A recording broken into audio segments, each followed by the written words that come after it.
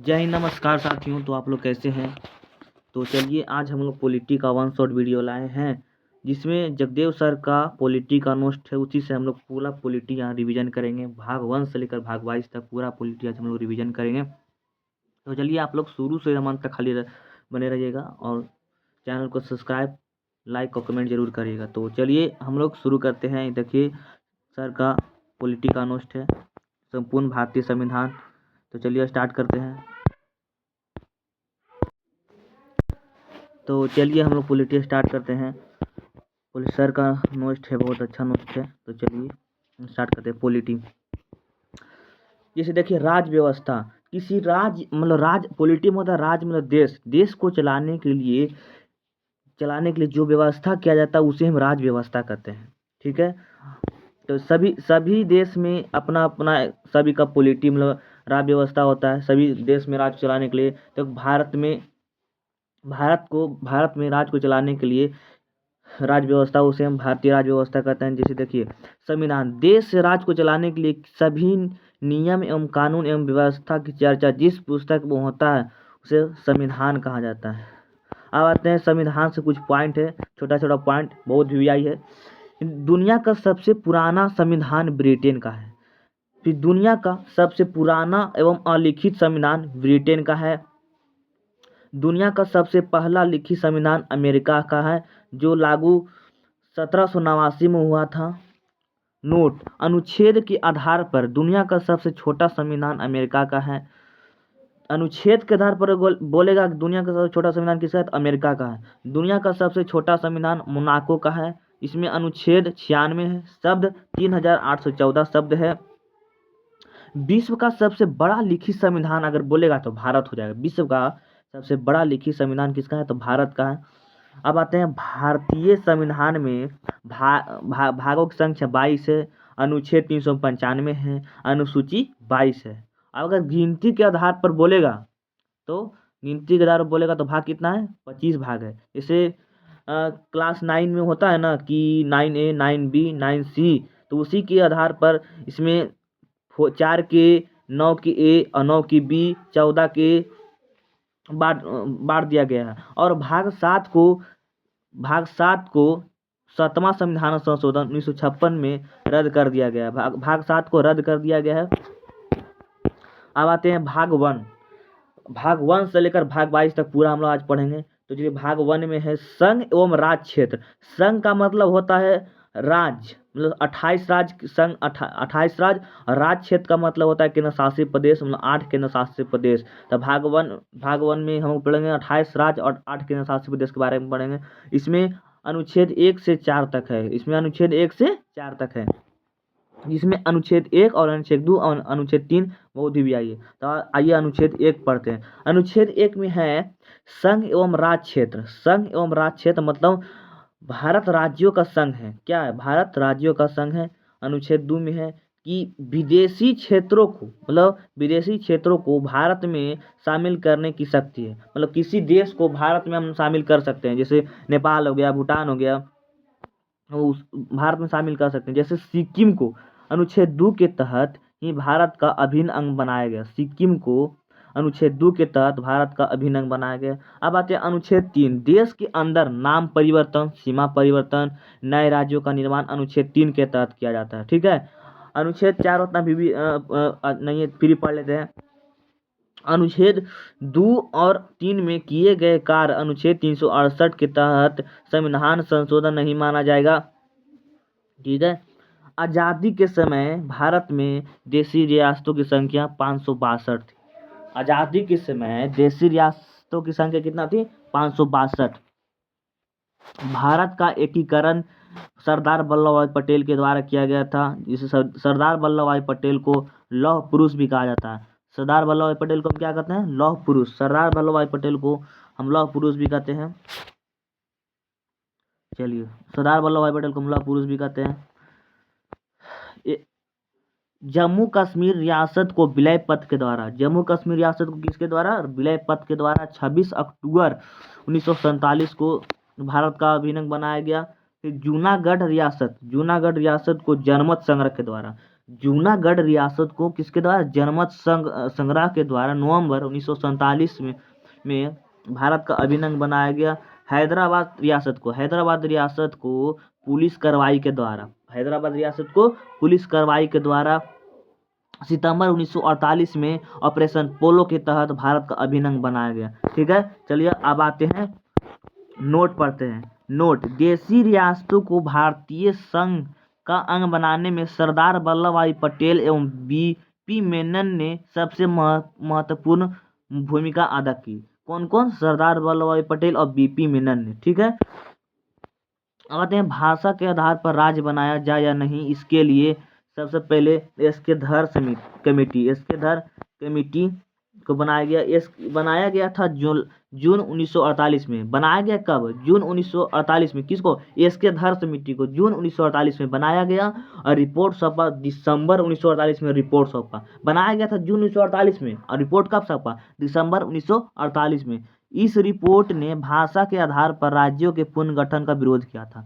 इसमें बोला था कि भाषा के आधार पर राज्यों का पुनर्गठन का विरोध किया गया।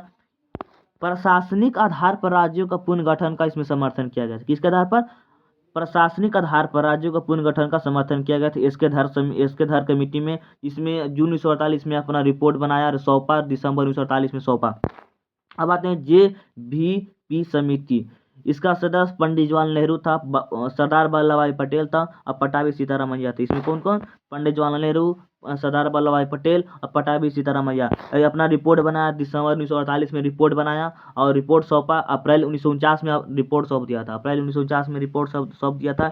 इस रिपोर्ट ने भी भाषा के आधार पर राज्यों का गठन का विरोध किया था। इसने भी, मतलब एस्केधर कमेटी ने भी भाषा के आधार पर विरोध किया और JVP सदस्य भी भाषा के आधार पर राज्यों का गठन का विरोध किया।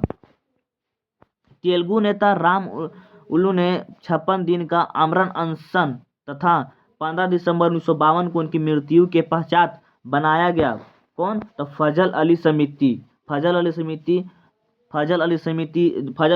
में कौन कौन, फजल अली, हृदयनाथ कुंजरू और KM पनिकर। इस समिति आयोग को राज्य पुनर्गठन आयोग भी कहा जाता है। फजल अली को हम क्या कहते हैं, फजल अली को राज्य पुनर्गठन आयोग भी कहा जा सकता है। ये अपना रिपोर्ट इसका अपना बनाया गया था अक्टूबर 1953 में और रिपोर्ट सौंपा था अक्टूबर 56 में। अक्टूबर 53 में बनाया गया, अक्टूबर 56 में रिपोर्ट सौंपा। बनाया था कब, अक्टूबर 1953 में, अक्टूबर 53 में बनाया गया, अक्टूबर 1956 में रिपोर्ट सौंपा। इस रिपोर्ट ने भाषा के आधार पर राज्यों का गठन का मंजूरी दे दी। कौन, फजल अली जो था ने भाषा के आधार पर राज्यों का गठन का मंजूरी दे दी, लेकिन एस्केधर JVP उसने भाषा के आधार पर विरोध कर दिया था।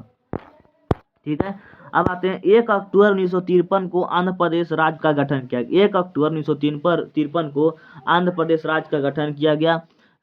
आंध्र प्रदेश भाषा के आधार पर गठित होने वाला पहला राज्य है। भाषा के आधार पर गठित होने वाला पहला राज्य कौन था, आंध्र प्रदेश। ठीक है, राज्य पुनर्गठन आयोग जुलाई 1956 ईस्वी में पास किया गया। राज्य पुनर्गठन आयोग जुलाई 1956 में पास किया गया। कब हुआ था, 1956 में राज्य पुनर्गठन आयोग। इसके अनुसार भारत में 14 राज्य और 6 केंद्र शासित प्रदेश स्थापित किए। कितना, 14 राज्य और 6 केंद्र शासित प्रदेश। राज्य पुनर्गठन आयोग को जुलाई 1956 में पास किया गया।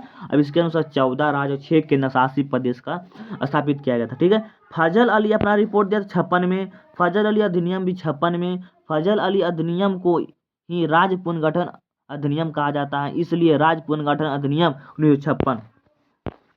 नोट, फजल अली आयोग का गठन 1953 हुआ था। कब हुआ था, फजल अली आयोग का गठन 1953 हुआ था, अर्थात राज्य पुनर्गठन आयोग का गठन 1953 हुआ था। राज्य पुनर्गठन आयोग का गठन कब हुआ था, 1953 में। ठीक है, अब बॉम्बे को 1 मई 1960 को तोड़कर भाषा के आधार पर 2 प्रांत का निर्माण किया गया। पहला गुजरात और दूसरा महाराष्ट्र। किसको तोड़कर, बम्बई प्रांत को, 1 मई 1960 को। नागालैंड का गठन 1 दिसंबर 1963 को हुआ। नागालैंड का गठन कब हुआ था, 1 दिसंबर 1963 को। अगर बोले गुजरात और महाराष्ट्र तो 1960 में, और नागालैंड का गठन 1 दिसंबर 1963 को। हरियाणा राज्य का गठन कब हुआ था, तो 1966। हरियाणा राज्य का गठन कब हुआ था, 1966। हरियाणा राज्य का गठन कब हुआ था, 1966। हिमाचल प्रदेश का गठन कब हुआ था, 1971। हिमाचल प्रदेश का गठन कब हुआ था, 1971। मेघालय का गठन कब हुआ था? 21 जनवरी 1972। मेघालय, मणिपुर और त्रिपुरा, कौन कौन? 3 राज्य, मेघालय, मणिपुर और त्रिपुरा। मेघालय, मणिपुर और त्रिपुरा का गठन 21 जनवरी 1972 को हुआ था, ठीक है। अब आते हैं मिजोरम का गठन 20 फरवरी 1987। मिजोरम का गठन कब हुआ था? 20 फरवरी 1987। अब अरुणाचल प्रदेश का गठन कब हुआ था? 20 फरवरी 1987। 20 फरवरी 1987। गोवा का गठन 30 मई 1987 को हुआ था, ठीक है। 25वां राज्य बना था 56वां संविधान संशोधन के तहत। 56वां संविधान संशोधन द्वारा ही दमन एवं दीव को एक नया केंद्र शासित प्रदेश का दर्जा मिला 1987 में। 56वां संविधान संशोधन के द्वारा ही दमन एवं दीव को नया केंद्र शासित प्रदेश का दर्जा मिला 1987 में, ठीक है। अब आते हैं गोवा राज्य। गोवा सिक्किम को सह राज्य का दर्जा 35वां संविधान संशोधन 1974 द्वारा तथा 36वां संविधान संशोधन 1975 द्वारा पूर्ण राज्य का दर्जा मिला, जो देश का 22वां राज्य बना। गोवा राज्य पर अधिकार पुर्तगाली का था। 19 दिसंबर 1961 को ऑपरेशन विजय के तहत गोवा मुक्त हुआ। गोवा मुक्ति दिवस 19 दिसंबर को मनाया जाता है और गोवा राज्य दिवस 30 मई को मनाया जाता है। मुक्ति दिवस 19 दिसंबर, गोवा राज्य दिवस 30 मई। गोवा राज्य दिवस 30 मई, गोवा राज्य दिवस 30 मई। गोवा को केंद्र शासित प्रदेश का दर्जा 12वां संविधान संशोधन 1962 द्वारा मिला। गोवा को केंद्र शासित प्रदेश का दर्जा 12वां संविधान संशोधन 1962 को मिला, ठीक है। पुडुचेरी को केंद्र शासित प्रदेश का दर्जा 14वां संविधान संशोधन 1962 को मिला। पुडुचेरी को केंद्र शासित प्रदेश का दर्जा कब मिला था? 14वां संविधान संशोधन 1962 को मिला था। जम्मू कश्मीर को केंद्र शासित प्रदेश का दर्जा 31 अक्टूबर 2019 को मिला था। जम्मू कश्मीर केंद्र शासित प्रदेश का दर्जा 31 अक्टूबर 2019 को मिला। दमन एवं दीव तथा दादरा नगर हवेली का दर्जा 26 जनवरी 2020 को मिला। दमन एवं दीव तथा दादर नगर हवेली को दर्जा 26 जनवरी 2020 को मिला। अब आते हैं भाग टू में नागरिकता है। इसमें अनुच्छेद 5 से लेकर 11 तक है। भारत में एकल नागरिकता का प्रावधान है, ठीक है। भारत में एकल नागरिकता का प्रावधान है। तो कहाँ एकल नागरिकता कहाँ से लिया गया? तो ब्रिटेन से लिया गया है। कानून को नागरिकता पर कानून कौन बनाएगा? तो संसद बनाएगा। नागरिकता अधिनियम 1955। नागरिकता अधिनियम कब आया था? 1955 में। सबसे जटिल भाग 2 को बाबा साहेब भीमराव अम्बेडकर ने बताया। भाग 2 को बाबा साहेब भीमराव अम्बेडकर ने सबसे जटिल भाग बताया। नागरिकता अधिनियम सिटीजनशिप एक्ट 1955। भारत में नागरिकता प्राप्त करने की 5 विधियां हैं, ठीक है। पहला है कि जन्म के आधार पर। भारत में जन्मे सभी बच्चे जिनके माता पिता भारत का नागरिक हो। दूसरा, वंश के आधार पर। विदेश में जन्म लेने वाले बच्चे जिनके माता पिता या दोनों में से कोई एक भारत का नागरिक हो। तीसरा है पंजीकरण के आधार पर। इस विधि द्वारा नागरिकता प्राप्त करने के लिए व्यक्ति को 7 साल लगातार भारत में रहना होगा। किसके द्वारा? पंजीकरण के द्वारा बोल रहा है कि कोई व्यक्ति भारत की अगर नागरिकता प्राप्त करना चाहता है तो उसको भारत में कम से कम 7 साल भारत में रहना होगा। देशीकरण के आधार पर। भारत सरकार ने देशीकरण का प्रमाण पत्र प्राप्त कर भारत की नागरिकता प्राप्त की जा सकती है। इसके लिए 11 साल देश में रहना होगा। अगर देशीकरण के आधार पर अगर उसको भारत की नागरिकता प्राप्त करना है तो उसको 11 साल भारत में रहना होगा। कितना साल? 11 साल। और पंजीकरण में कितना साल? तो 7 साल। अर्जित भूमि। किसी विदेशी राज्य को भारत में मिला लेने पर वहाँ के लोगों को स्वतः भारत की नागरिकता प्राप्त की जाती है अर्जित भूमि के तहत। अब आते हैं भारतीय नागरिकता का अंत, मतलब भारत का नागरिकता कैसे अंत होगा? भारत का नागरिकता, पहला है कि नागरिकता का परित्याग करने पर, किसी अन्य देश की नागरिकता स्वीकार कर लेने पर, किसी अन्य देश की नागरिकता अगर स्वीकार कर लिया तो भारत की नागरिकता समाप्त हो जाएगा। सरकार द्वारा नागरिकता छीनने पर 3 गो है। कौन कौन? तो भारत नागरिकता का परित्याग करने पर, किसी अन्य देश की नागरिकता स्वीकार करने पर और सरकार द्वारा नागरिकता छीनने पर। अब आते हैं कुछ पॉइंट है। नागरिकता संबंधी नियम कौन बनाएगा? तो कानून संसद बना सकता है। भारत में एकल नागरिकता का प्रावधान है, ठीक है। भारतीय नागरिकता अधिनियम 1955 पर आधारित है। किस पर आधारित है? भारतीय नागरिकता अधिनियम 1955 पर आधारित है। अब आते हैं जो अनुच्छेद 5 से लेकर 11 तक था न, अब आते हैं अनुच्छेद 5। संविधान प्रारंभ में ही दी गई नागरिकता जो उस समय भारत के अंदर थे। अनुच्छेद 6 में कि पाकिस्तान से भारत आए लोगों की नागरिकता किंतु संविधान बनने के बाद आएंगे तो नागरिकता नहीं मिलेगी। अनुच्छेद 7 में है कि स्वतंत्रता के बाद भारत से पाकिस्तान चले गए ऐसे व्यक्ति जो संविधान बनने से पहले लौट आए तो उन्हें नागरिकता दे दी जाएगी। अनुच्छेद 8 में कि विदेशों में भ्रमण तथा नौकरी करने पर भारत का नागरिकता समाप्त नहीं होगी। अनुच्छेद 9 में है कि विदेशी नागरिक लेने पर भारत की नागरिकता समाप्त हो जाएगी। विदेशी नागरिकता लेने पर लेगा नहीं, विदेश की नागरिकता ले लेगा तो भारत का नागरिकता स्वयं ही समाप्त हो जाएगा। अनुच्छेद 10 में कि भारतीयों की नागरिकता बनी रहेगी तब तक जब तक कि वह कोई देश विरोध कार्य नहीं करते हैं।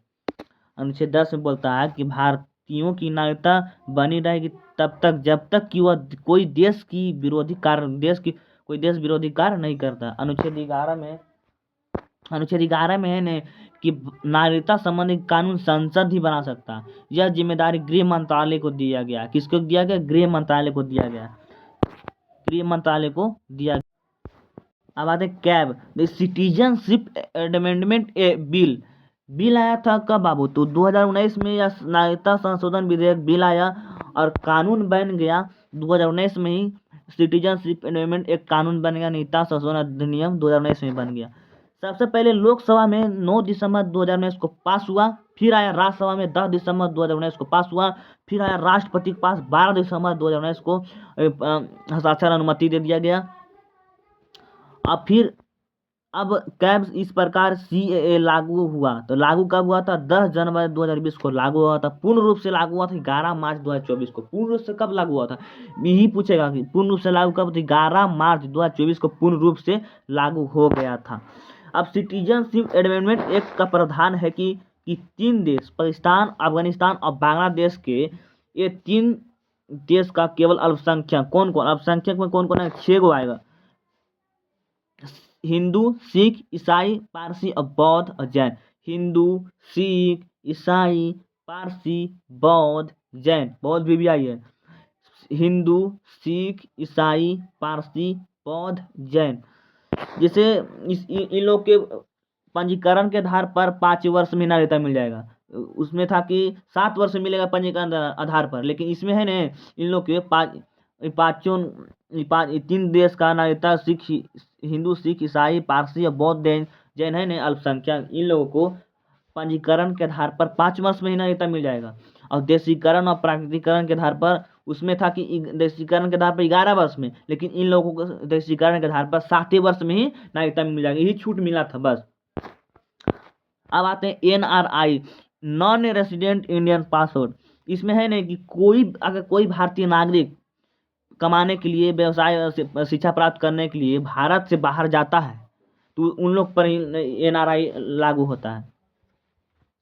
PIO, person of Indian origin, भारतीय मूल के नागरिक।